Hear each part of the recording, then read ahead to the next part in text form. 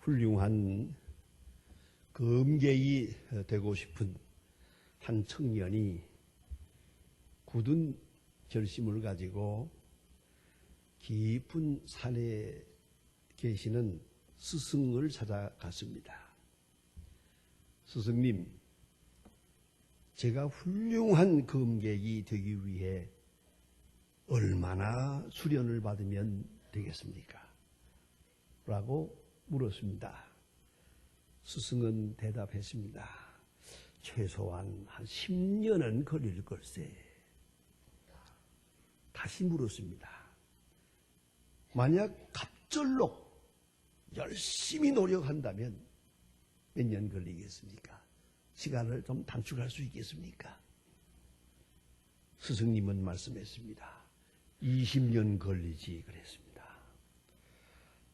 그렇다면 만약 자지도 않고 밤낮으로 열심히 수련을 쌓는다면 얼마 걸리겠습니까? 그렇다면 절대로 인류 검객이 될 수 없지 라고 대답했습니다. 여러분 뭘 생각하십니까? 인류 검객이 되는 조건은 스승님의 말씀입니다. 한쪽 눈은 언제나 자기 자신을 보아야 하네. 끊임없이 자기를 반성할 줄 알아야 하네. 그런데 인류 검객이라는 단어에 시선을 고정시키고 집착해버리면 자기 자신을 잃어버리게 되지. 그러면 아무 일도 할 수 없어. 라고 유명한 대답을 했다고 합니다. 여러분, 가만히 보십시다. 출세 지향적인 사람, 출세 하나만 바라봅니다. 요새도 가만히 보니까 그 출마하는 사람들 말이에요. 이 출마하는 사람들이 이 병인데요. 이건 못 고치는 병이랍니다. 마약보다도 더 무서운 겁니다. 꼭 당선돼야겠다 하는 생각. 여기다가 집착하고 나니까 여러분 다 보셨지요? 꼴불견이더만요. 왜 이래지는 겁니까? 공부 좋은 겁니다. 그러나 공부에 집착하면 사람 못 쓰게 됩니다. 전 그런 사람 하나 보았어요. 박사학위를 3개 가지고 있어요. 그 다음에 독일로 간다고 그래요. 제가 모여 앉은 자리에서 왜 독일에 그 어려운 여건인데 왜 가십니까? 그러니까 박사하기 위해서. 아니 박사학위 3개가 있는데 뭘 또 박사해야죠. 그런 사람 보았어요. 그분이 나간 다음에 모두가 다 한마디씩 했어요. 저 사람 정신병자라고 그러세요. 여러분, 어떤 경우에도 자기를 잃어버리면 안 되고 자기 페이스를 잃어버려도 안 되고 자기 존재를 잃어버려서는 안 된다는 말입니다. 오늘 성경에 보면 육신에 속한 자란 말이 있고 또 사람을 따라 행하는 사람이라고 이렇게 사도 바울이 갈파하고 있는데 다시 말하면 유치한 사람이에요. 예수를 믿는데 신앙 구도가 유치해요. 자기밖에 몰라요. 자기 소원 이루고 하나님이 내 편에 계시다. 요것만 생각하는 거예요. 자기 집착에 빠진 미숙한 교인을 말하고 있습니다. 그런 거로 신앙은 성숙해서 넓게 크게 큰 그림을 큰 틀을 볼 줄 알아야 한다는 말이죠. 그 오리지널리티 근본이 뭐냐 이것도 알고 그 마지막이 어떻게 될 것이냐 그 파이널 골도 바라볼 줄 알아야 되고요. 오메가 포인트도 알아야 되고 그 결국이 뭐냐 생각해야죠. 또한 나 자신을 아는가 하면 전체를 볼 줄 알아야 돼요. 전체를 보고 그 안에서 나를 보아야 되고 그리고 마지막 최종 목표를 바라보며 그리로 가는 과정, 프로세스를 환히 그 길을 바라볼 줄 알아야 한다는 말씀이죠.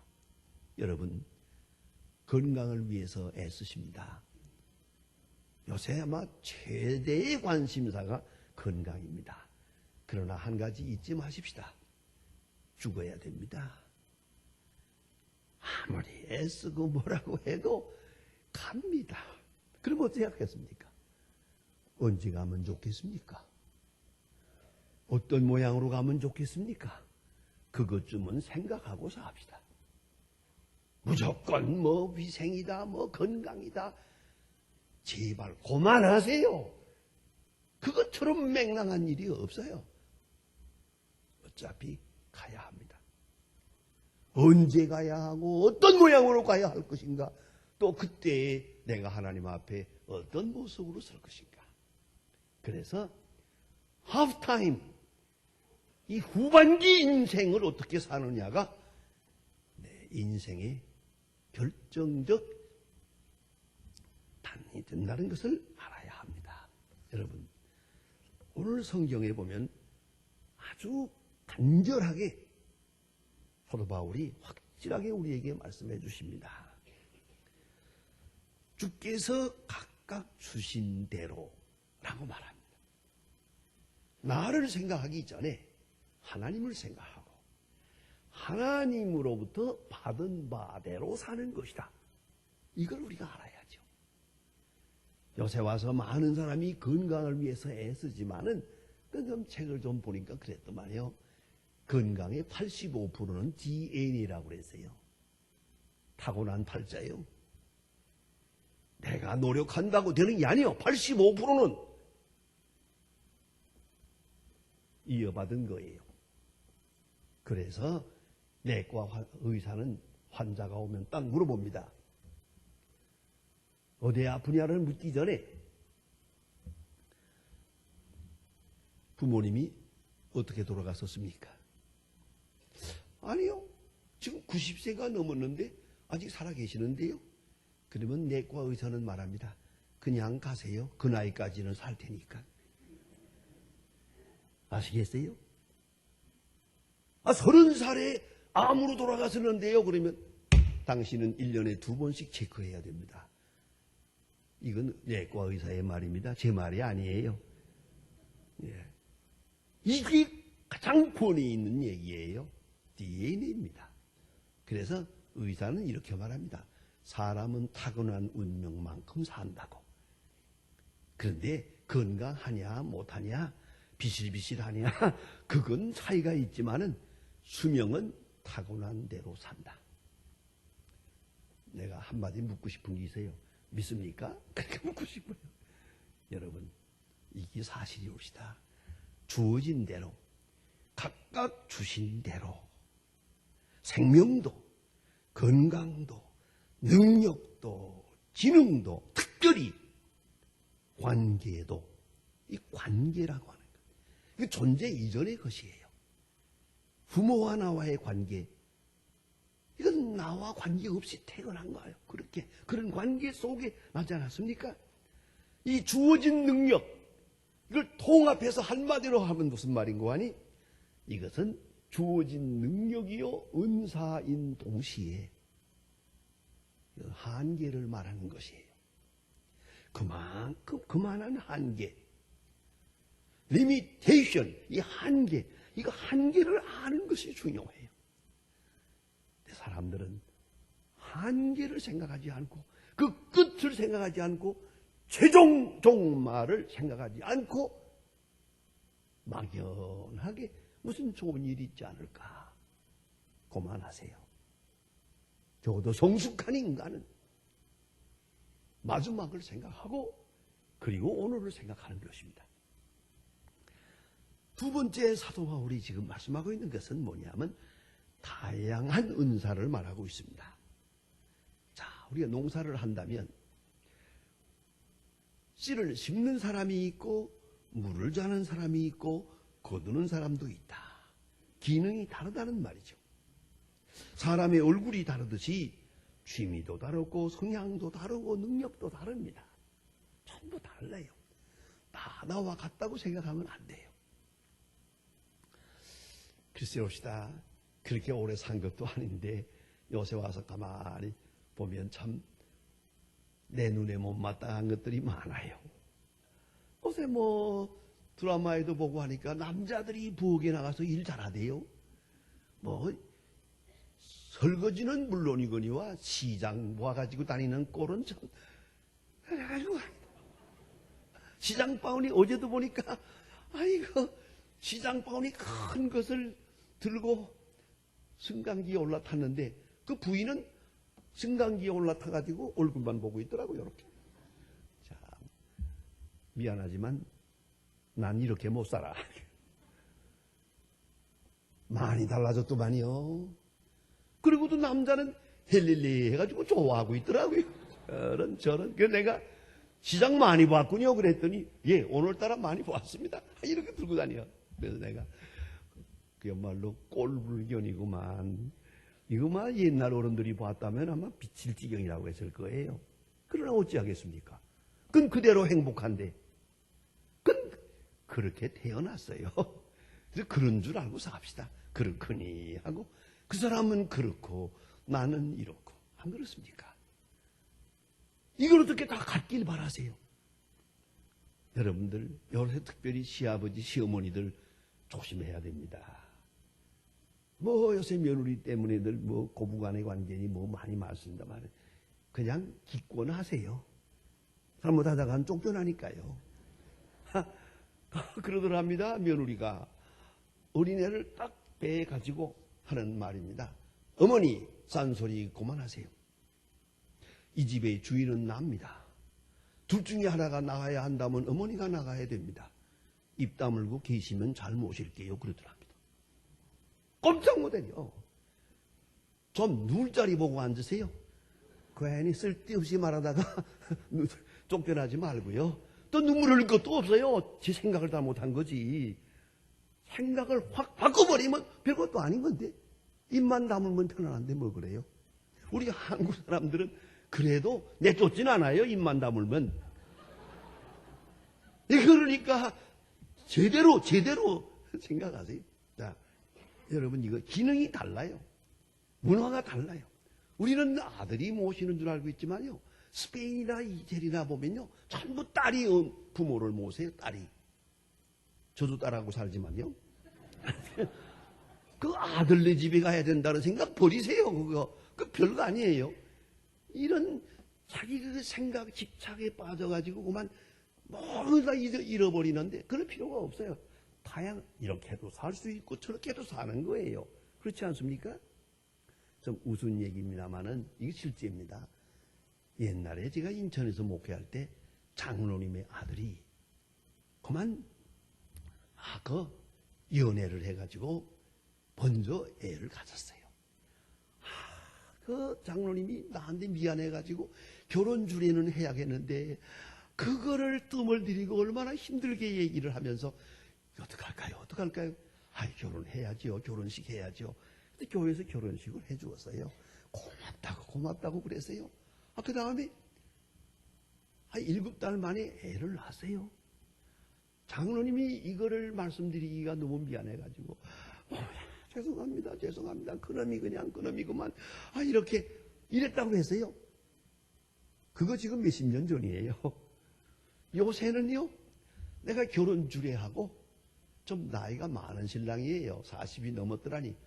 결혼 주례하고 나서 어깨를 두드리면서 그러세요. 많이 늦었다. 허니문 베이비라도 좋으니까 좀 빨리 나와라. 알았냐? 그리고 신혼여행 떠나는 걸 보냈더니 내 귀에다 대고 신랑 하는 말 보세요. 와이 걱정하지 마세요. 벌써 하나 들어섰어요. 그래. 이런 시대예요. 지금은. 하나도 부끄러워하지 않아요. 서로 자랑해요. 자랑스럽게 생각하더라니까요. 여기 나이 많은 분들은 다 빨리 회개하세요. 생각 바꾸세요. 옛날 자기들이 산 것만 잘 산 것처럼 생각하지 마세요. 이 사람들은 이 사람대로 잘 사는 거예요. 그러니까 어떻게 하면 좋겠습니까?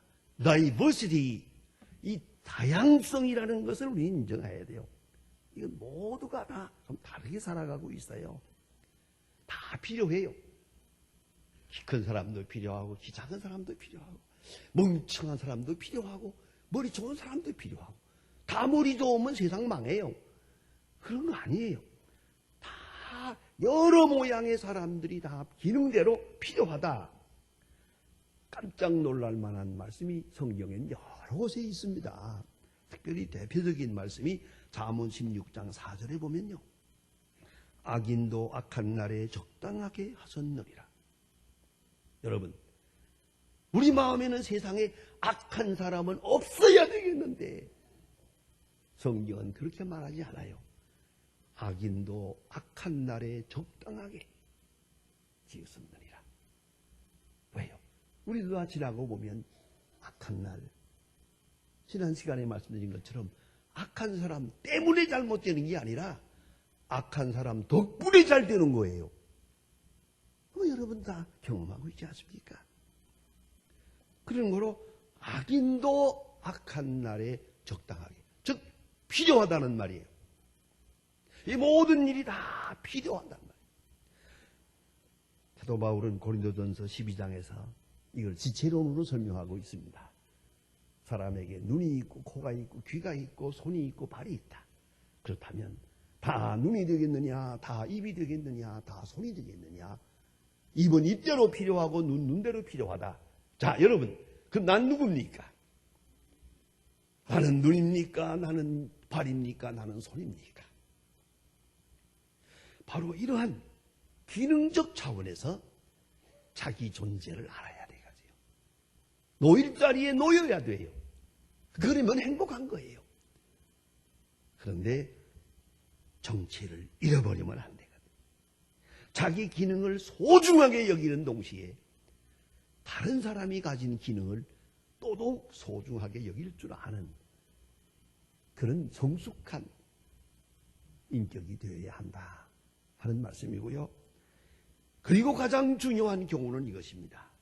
오직 하나님만 잘하게 하신다. 우리는 아무것도 아니다. 심는 자도 물 주는 자도 거두는 자도 김을 매는 자도 아무것도 아니다. 하나님만이 위대하다. 왜? 그가 종자를 주었고 생명을 주었고 자라게 하시니까. 자라게 하는 자만이 위대하다. 여러분, 이걸 잊어서는 안 됩니다. 우리가 이 모양 저 모양으로 수고를 할 것입니다. 그러나 그 수고는 아무것도 아니요.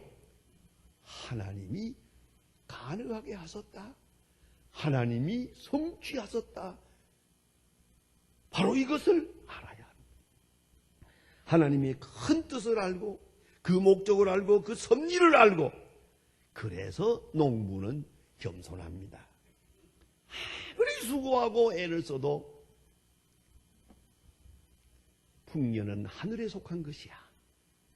비가 와야 되고 햇빛이 나야 되고 내 수고는 그에 비하면 아무것도 아니요. 꼭 잊지 말아야 됩니다. 우리의 수고는 있어요. 하지만 아무것도 아니요. 아무것도 아니요. 정말 그렇습니다. 애들 낳으면서 키우면서 보면은 신기하잖아요. 나는 우유 먹인 것밖에 없는데 그 자라나는 걸 보면 참 신기해요. 정말 사람은 아무것도 아니요. 왜? 그것을 인정하지 않는 것이냐 말입니다. 그래서 농부는 겸손합니다. 찰스 린드버그라고 하는 유명한 분이 있습니다. 역사적인 인물입니다. 그는 미국의 한 비행사입니다. 1927년 미국 롱 아일랜드에서 파리까지, 프랑스 파리까지 세계적으로 첫 비행을 한 사람입니다. 비행기를 타고 첫 번 비행기를 타고 간 유명한 사람으로서 이렇게 대륙을 횡단하고 대서양을 횡단하고 나니까 유명해지는데 많은 사람들이 그를 보려고 하고 그를 칭송하고 그에게 이렇게 찬사를 보내니까 이걸 쳐다보던 담배 회사의 사장이 옳지. 저 양반을 내가 데려다가 한번 이렇게 광고에 사용하면 좋겠다. 그래서 이 사람을 붙들어다 놓고 담배 한번 딱 피우는 거를 사진을 찍게 해달라고. 안 됩니다. 저는 예수 믿는 사람이고 담배를 안 피웁니다.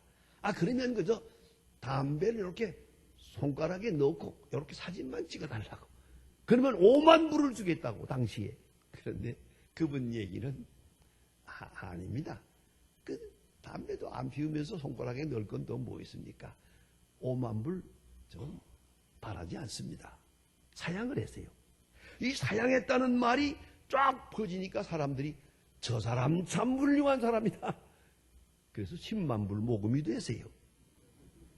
그래서 비행기 연구하는데 사용했다는 그런 재미있는 얘기가 있습니다. 여러분, 그저 조금 손해보는 듯 해도 바르게 진실하게 살면 그 결과는 하나님께서 수상하실 거예요.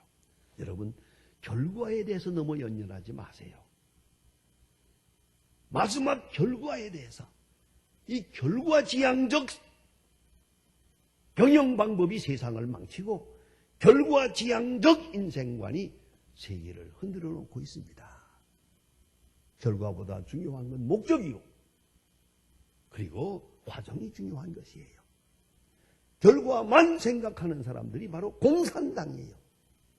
공산당 이론에 이런 유명한 말이 있습니다. The end justifies means. 결과가 방법을 정당화한다. 결과만 좋으면 방법은 다 정당화되는 것이다. 무서운 생각이에요. 이 생각이 공산주의는 망했는데 많은 사람 속에 공산주의 사상은 그대로 있어요. 결과지향적 철학. 결과만 되면 된다. 요새도 보니까 참 놀랍더만요. 가짜 졸업장을 사가지고 무슨 어떻게 출세를 하고 뭘 했다 그래요. 저 사람 저거 일생 동안 저거 회개하려면 참 힘들 텐데 어떻게 하려고 저러나.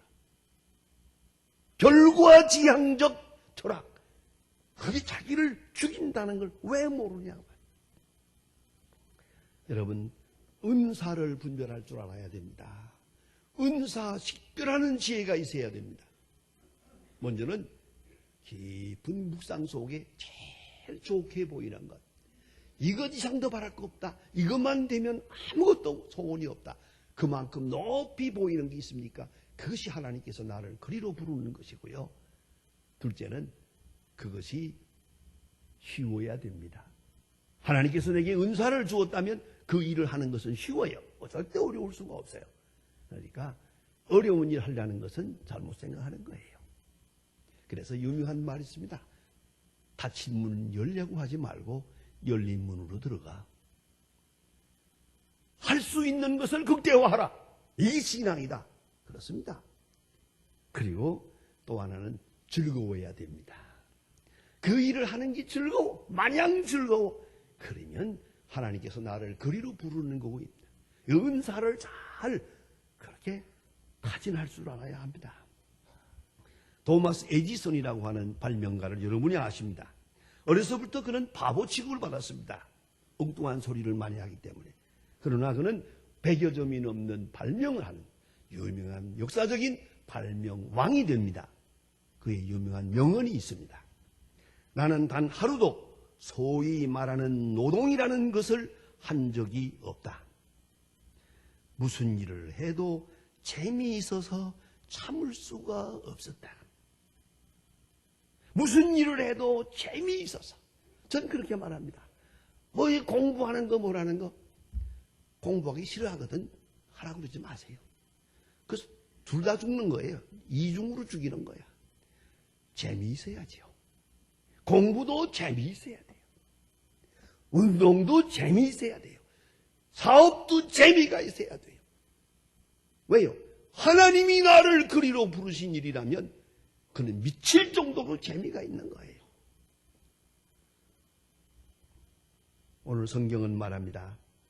자기 상을 받으리라. 그렇습니다. 결과를 묻지 않습니다. 심는 자는 잘 심었으면 됐어요. 물 주는 자는 물을 줬으면 됐어요. 거두는 자는 거두었으면 됐어요. 각각 수고한 대로 자기 상을 받으리라. 기도하십시다. 하나님 아버지, 오늘도 저희들이 주님 앞에 모였습니다. 우리에게 주신 소중한 은사를 땅에 묻어두고 게을리하고 성실히 하지 못함을 용서하옵소서. 할 수 있는 일은 하기 싫다고 하지 않았고 할 수 없는 일은 할 수 없다고 못했습니다.